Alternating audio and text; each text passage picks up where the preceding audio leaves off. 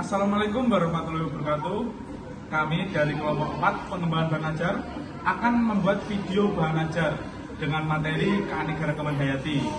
Dengan saya Akmal Rizky Wahyudi, NIM 024. Saya Tika Sakinatul Kulbi dengan NIM 003.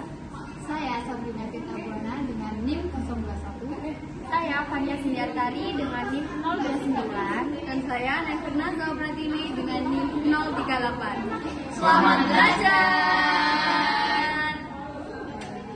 Keanekaragaman hayati. Identitas bahan ajar. Mata pelajaran biologi, materi keanekaragaman hayati untuk kelas 10 semester ganjil dengan alokasi waktu 2 kali 45 menit.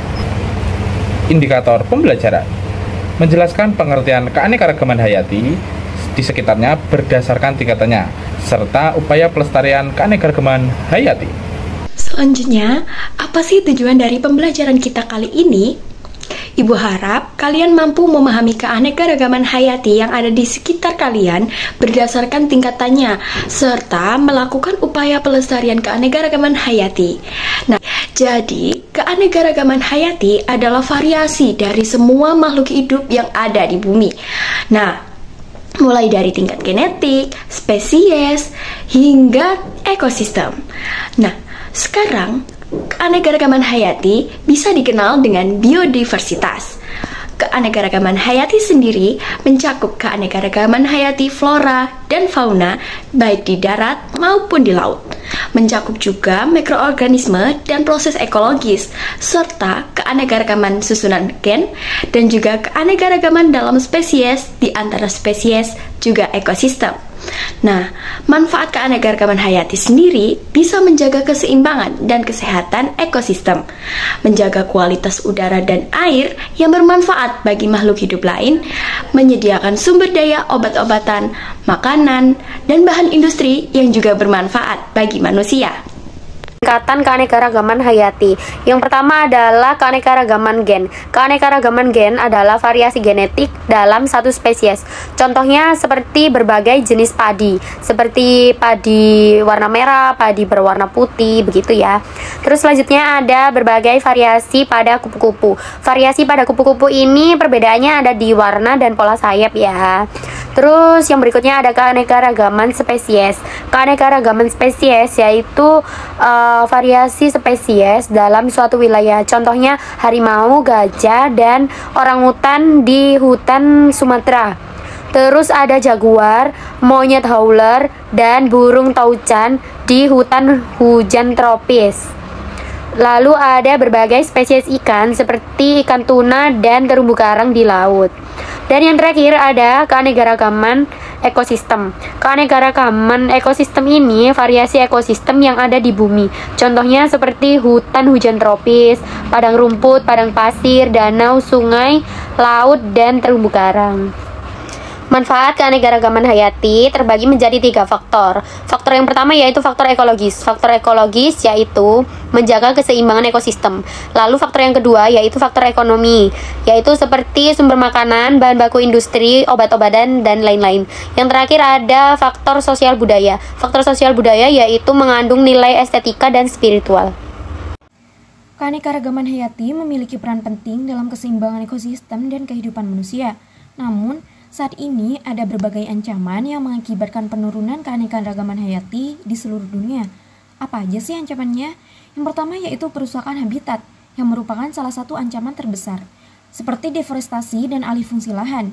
Ketika hutan ditebang atau lahan alami diubah menjadi pemukiman dan pertanian, banyak spesies kehilangan tempat tinggalnya dan menghadapi kepunahan. Yang kedua yaitu perubahan iklim. Perubahan suhu global dan pola cuaca yang tidak menentu akibat pemanasan global berdampak besar pada ekosistem. Beberapa spesies tidak mampu beradaptasi dengan cepat terhadap perubahan ini, yang akhirnya mengancam kelangsungan hidup mereka. Ancaman yang ketiga yaitu eksploitasi berlebihan. Perburuan liar dan penangkapan ikan yang berlebihan menyebabkan populasi hewan menurun drastis. Tanpa pengelolaan yang berkelanjutan, eksploitasi ini dapat mengancam kelangsungan spesies tertentu. Ancaman yang terakhir yaitu introduksi spesies asing yang invasif. Apa sih maksudnya? Spesies asing yang masuk ke suatu ekosistem dapat menjadi ancaman bagi spesies lokal. Mereka bisa menjadi predator baru, bersaing dalam mendapatkan makanan, atau membawa penyakit yang tidak dapat ditangani oleh spesies asli. Ancaman-ancaman ini dapat berdampak besar jika tidak segera diatasi. Oleh karena itu, penting bagi kita untuk menjaga keanekaragaman hayati demi keseimbangan ekosistem dan keberlanjutan hidup di bumi. Berikutnya, komodo merupakan salah satu contoh dari keanekaragaman hayati yang dilindungi. Komodo adalah reptil purba yang hanya ditemukan di beberapa pulau di Indonesia. Sebagai predator puncak, komodo memiliki peran penting dalam menjaga keseimbangan ekosistem. Namun, populasi mereka semakin berkurang akibat perburuan liar dan perubahan habitat. Untuk melindungi spesies langka ini, pemerintah menetapkan Pulau Komodo sebagai taman nasional dan kawasan konservasi. Upaya pelestarian terus dilakukan agar komodo tetap lestari sebagai bagian dari keanekaragaman hayati dunia. Apa yang bisa kita lakukan? Yang pertama adalah mendukung kegiatan konservasi. Yang kedua, mengurangi penggunaan plastik. Yang ketiga, menyebarkan informasi tentang pentingnya menjaga lingkungan.